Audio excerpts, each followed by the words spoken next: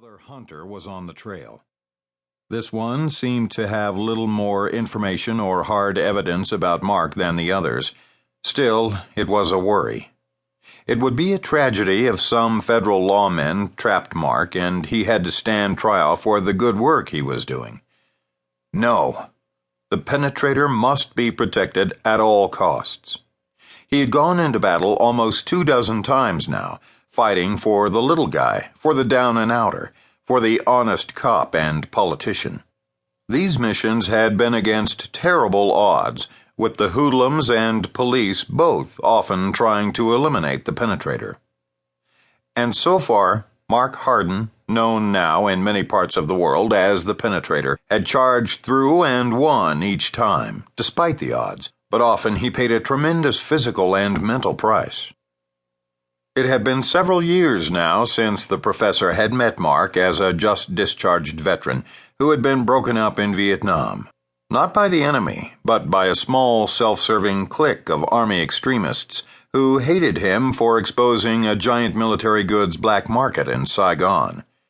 He had come to the desert on the advice of his old UCLA football coach and a good friend of Professor Haskins. Once there, he mended in the Southern California sun and the Calico Mountains near Barstow. The professor had built an ecologically perfect hideaway in the vaulted rooms of an old borax mine, and what little work that was done on the surface was built in, blended, and camouflaged with the surrounding desert and bluffs, so the stronghold was almost impossible to find. That was the idea. At the stronghold, Mark met the ancient Cheyenne David Red Eagle. He told Mark he was half Cheyenne and took Mark under his tutorship, teaching him all of the old-time Indian ways of survival, of desert fighting, religion, medicine, and body conditioning. Each time Mark returned from a battle, the old Indian put Mark on a regimen to get him healthy again and to build up his strength to a fighting pitch.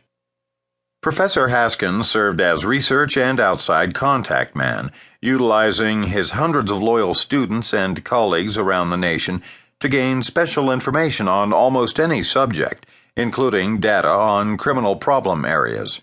The professor had a dozen such situations on the planning board in his study.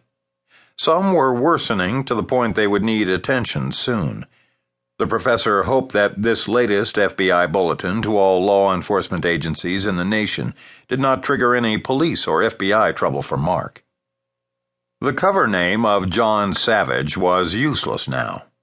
Usually, such a cover was good for one operation only, since the local police and FBI men debriefed everyone after any contact with a man who even might be the penetrator, and names were hard to protect.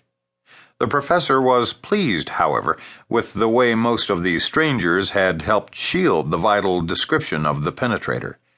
Most who were in close contact with Mark realized his essential purpose and knew he was a protector.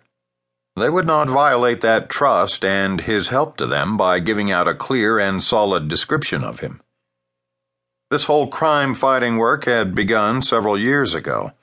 Mark had just come to the stronghold, and the professor's niece had been there for a vacation. She and Mark had fallen desperately in love, and together they probed Mark's background in some Los Angeles County records. Without knowing it, they stumbled into some secret organized crime activity, and the hitmen moved in and forced Donna's car off the road and down a steep cliff. Mark was thrown out of the car, but Donna died in the flaming wreck. That same week, Mark, the professor, and David Red Eagle made a pact to strike back at the crime leaders who had killed Donna. Mark hit them hard and fast, almost obliterating the mafia family in Los Angeles, and scooping up the $450,000 in hoodlum money. With the money, they decided to launch a nationwide crime-fighting operation, striking at criminals anywhere who took advantage of the people. They had been fighting ever since. The professor went to his activity board and checked it.